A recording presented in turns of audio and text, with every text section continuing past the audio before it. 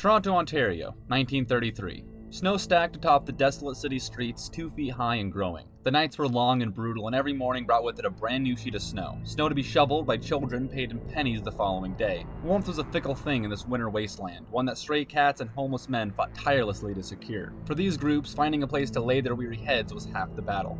One such place was the Pelican pub, a small dive bar where overripe oyster shells crowded the warping floorboards. It was here that our story takes place, hours past closing.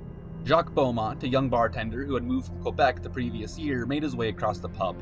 He swept floors and wiped down tables, but did so quietly as not to wake old man Charlie.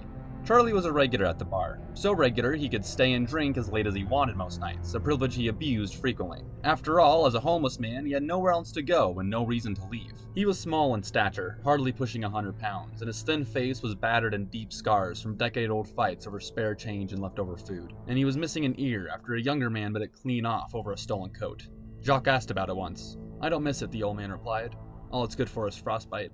After nearly half an hour of steady work, the flame of his cigarette had burned its way to the old man's hand and bit him on the finger. Charlie squealed in pain. "Whoa, you alright, old-timer?" Jacque laughed as he rushed to his side.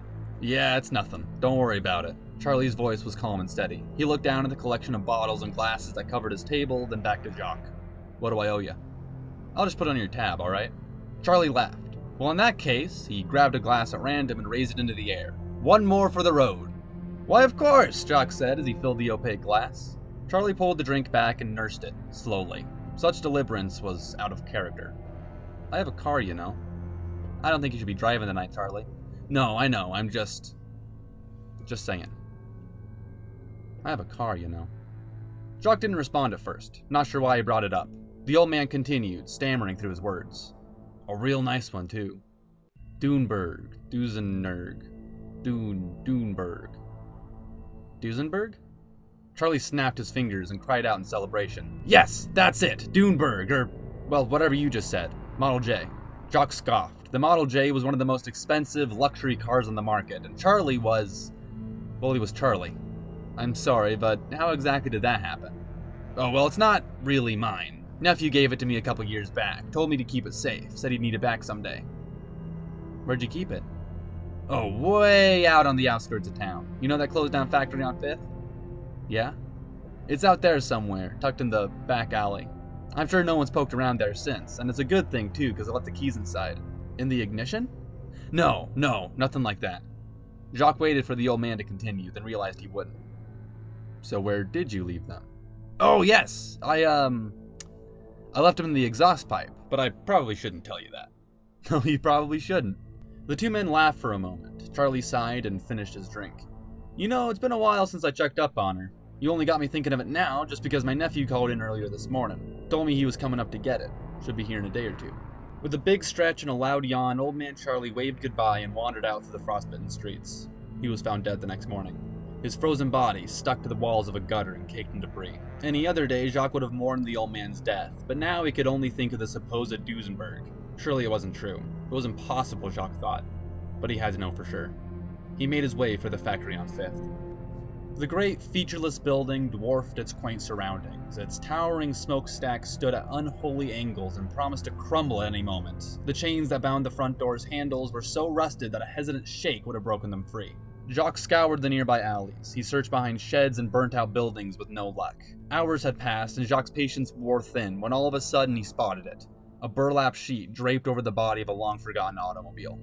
He approached the machine and tore the sheet away. He expected disappointment. He found a Duesenberg. With a Cheshire grin, he raced toward the exhaust, and with sausage fingers, he searched the pipe. It was impossible. Surely he was dreaming. There, in the pipe, just as Charlie had said, were the keys to the cherry-red Duesenberg. His cherry-red Duesenberg. It was a good day, and Jacque tore down the desolate winter streets, stopping only briefly to fill up on gas. The trip had taken up most of the short winter day, so by the time Jacque returned home, he was deep within the hours of twilight. He tried to get some well-deserved rest, but found he was far too excited. Returning to the dimly lit garage, he marveled at the magnificent machine, and until the early hours of the dawn, he poked around the car's interior, never disappointed by the ample supply of strange artifacts. An alligator suitcase laid on the back seat, inside were the most vibrant silk shirts he had ever seen. Beneath this, resting on the car's linen floor, were 3 pairs of black, thick-soled loafers. They shined like glistening lakes. Also in the back seat was an elephant rifle, the first of many guns Jacque would soon find in the luxury car. There were 2 handguns in the glove box, another 3 stashed beneath the seats, and a Thompson submachine gun in the car's trunk. Beside it was a shoebox, dark green and waxy. Jacque poured off the lid and found paperwork. Lots of it. A half-dozen passports, licenses, and birth certificates, all listed with different names, all with the same man's face in the picture. He was young, with petite features and light hair. Maybe a blind eye, though it was hard to tell through the grainy image. Beneath these documents was a collection of polished gems. The next day, Jacque worked another closing shift and was met with the same glum faces as always, but he didn't mind. Today he wore his new, fancy wardrobe and felt all the better for it. They were a little too small, the cuff sleeves pinched his wrists and the glossy loafers pressed against his toes. But still, the young man glided across the pub. He delivered drinks and mopped the floors with a jovial grin across his face. But then someone entered the barroom. It was a younger man. He was tall and thin, wrists like little branches. His hair was a golden blonde, nearly bleached it was so light. The thick soles of his leather loafers made a great deafening thud with every step. The stranger sat down at the counter, straight across from Jacque. It was only then that Jacque could see it, clear as day, a blind eye hanging loosely in its socket. As the stranger took his seat, he drew a deep breath of stuffy barroom air. "I like that shirt on you," he said. "Really brightens the whole place up." "Thank you, it was a gift." "You know, it's funny you say that. I'm actually in town to receive a gift myself." The man paused for a moment, waiting for Jacque's response. Jacque didn't have one. "My uncle, Charlie, you might know him. I've been told he's a regular here." "Yeah, I know Charlie." "Yeah? Good. You wouldn't happen to know where he is? He's got something in mind, and I was supposed to pick it up today." "No, I haven't seen him in a couple days now." The strange man looked down at Jacque's vibrant shirt one last time and chuckled. "Oh, that's alright. I'm sure I'll see him around someplace." Yeah, probably." The 2 men sat in uncomfortable silence for a few moments before Jacque cleared his throat and excused himself. He walked out through the back door of the bar and ran toward an old phone booth. With bated breath, he placed a quarter and made a call. The busy signal on the other end droned monotonously for some time before the receiver picked up. "I have to get rid of that car," he thought. "Winnipeg Auto Repair Service, how may I help you?" the man on the other end asked. "Hello, sir, this is Jacque Beaumont. I called in earlier today." "Oh, sure, yeah. What'd you need again?" "I had the Duesenberg. I was wondering if the owner would like to buy it." "Oh yeah, of course. The Model J, right?" "Yeah, that's right. I don't know the year, but would the owner like to buy it, please?"